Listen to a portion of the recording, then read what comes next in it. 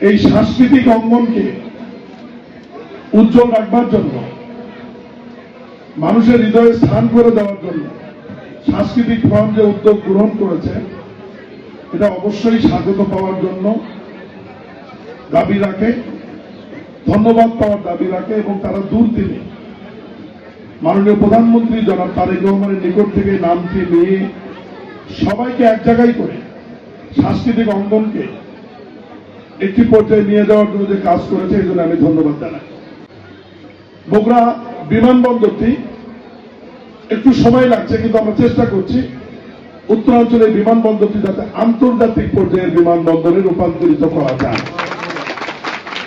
কারণ হচ্ছে উত্তরাঞ্চলের বগুড়া একটি হাট, এখান থেকে প্রচুর সবজি দেশের বাহিরে রপ্তানি হচ্ছে। এই জন্য আন্তর্জাতিক মানের বিমানবন্দর করার ব্যাপারে আমরা ডিও লেটার দিয়েছি, আধা সরকারি পত্র দিয়েছি মাননীয় প্রধানমন্ত্রীর নির্দেশনা অনুযায়ী, যাতে যাত্রীবাহী বিমানের পাশাপাশি এখান থেকে কার্গো বিমান ওঠানামা করে।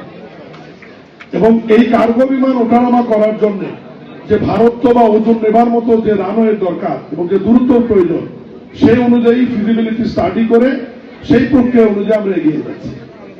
দ্বিতীয় হচ্ছে সিরাজগঞ্জ থেকে বগুড়ার যে রেল লাইনের যে সংযোগ, এটা আপনারা জানেন যে এটা চালু হলে 136 কিলোমিটার উত্তর অঞ্চলের রেল যোগাযোগ কমে আসবে। ইতিমধ্যেই ভূমি অধিগ্রহণের কাজ শেষ পর্যায়ে। আমি ইতিমধ্যেই কথা বলেছি রেলমন্ত্রীর সাথে, আমরা আশা করছি আগামী জুলাই মাননীয় প্রধানমন্ত্রী বগুড়া অংশ থেকে এটার কাজের শুভ উদ্বোধন ঘোষণা করতে পারবে। আপনারা জানেন বগুড়া একটি বিশ্ববিদ্যালয়ের আইন অনেক আগে পাশ হয়েছিল। এই আইনটি একটা লিমিটেশন করা ছিল, বিজ্ঞান ও প্রযুক্তির মধ্যে সীমাবদ্ধ রাখা হয়েছিল। মাননীয় প্রধানমন্ত্রী জনাব তারেক রহমানের নির্দেশে আমার নেতৃত্বে একটা আন্তঃমন্ত্রণালয়ের কমিটি করে দেওয়া হয়েছিল এই আইনটি সংশোধন করে একটি পূর্ণাঙ্গ বিশ্ববিদ্যালয়ের রূপ দেওয়ার জন্য। ইতিমধ্যেই আমরা কয়েক দফা বসেছি এবং আইনের খসড়া একটি চূড়ান্ত করেছি। এই বিশ্ববিদ্যালয়ের নাম হবে এখন বগুড়া বিশ্ববিদ্যালয় এবং এই বিশ্ববিদ্যালয়ের মধ্যে বিজ্ঞান, কলা বিভাগ, অন্যান্য বিভাগের সাথে মাননীয় প্রধানমন্ত্রীর নির্দেশে কৃষি বিভাগ, প্রকৌশল বিভাগ এবং চিকিৎসা অনুষদও চালু করা হবে, যাতে ভবিষ্যতে বগুড়া আলাদা কোনো এগ্রিকালচার ইউনিভার্সিটি বা প্রকৌশল ইউনিভার্সিটি করার প্রয়োজন না হয়। একটি ইউনিভার্সিটির মধ্যেই সবকিছু রেখে মাননীয় প্রধানমন্ত্রী নির্দেশনা দিয়েছেন। আমরা আশা করছি এটি ক্যাবিনেটে অনুমোদন হলে আগামী খুব স্বল্প সময়ের মধ্যে, এখন তো বিশ্ববিদ্যালয় স্বাভাবিক আকারে চালু আছেই, আইনটি সংসদে পাশ হওয়ার সাথে সাথে আমরা পূর্ণাঙ্গ বিশ্ববিদ্যালয় স্থান নির্বাচন করে যাতে দ্রুত বাস্তব দিকে এগিয়ে যায় এ ব্যাপারে ব্যবস্থা না হবে। ইতিমধ্যে আপনাদের কাছে খবর এসছে যে দীর্ঘদিন পর মাননীয় প্রধানমন্ত্রী জনাব তারেক রহমান তার নিজ জেলা বগুড়া আসছেন আগামী 20 তারিখ।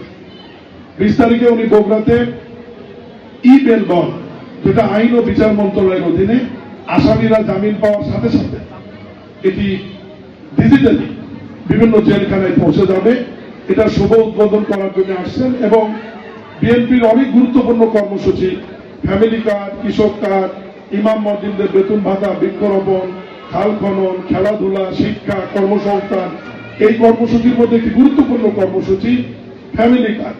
এই ফ্যামিলি কার্ড উনি তার নিজ বাড়ি বাগবাড়ি পরিদর্শনে গিয়ে ওখানে আনুষ্ঠানিকভাবে উদ্বোধন করবেন এবং নারী প্রধান এবং গৃহকর্ত্রীদের হাতে এটি উনি উঠিয়ে দেবেন।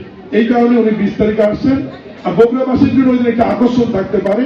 ইতিমধ্যে আপনাদের সবাই অবগতির জন্য জানাই, বগুড়া সিটি কর্পোরেশন ইতিমধ্যে প্রি-নিকারে আলহামদুলিল্লাহ অনুমোদন হয়েছে এবং 20 তারিখে সবকিছু ঠিক থাকলে মাননীয় প্রধানমন্ত্রী সম্ভবত নবসৃষ্ট বগুড়া সিটি কর্পোরেশনের উদ্বোধন ঘোষণা করে যেতে পারেন ইনশাআল্লাহ। সম্মানিত বগুড়াবাসী, আমরা চেষ্টা করছি বগুড়া যানজট নিরসনের জন্য। ইতিমধ্যেই আমরা কাজ শুরু করেছি।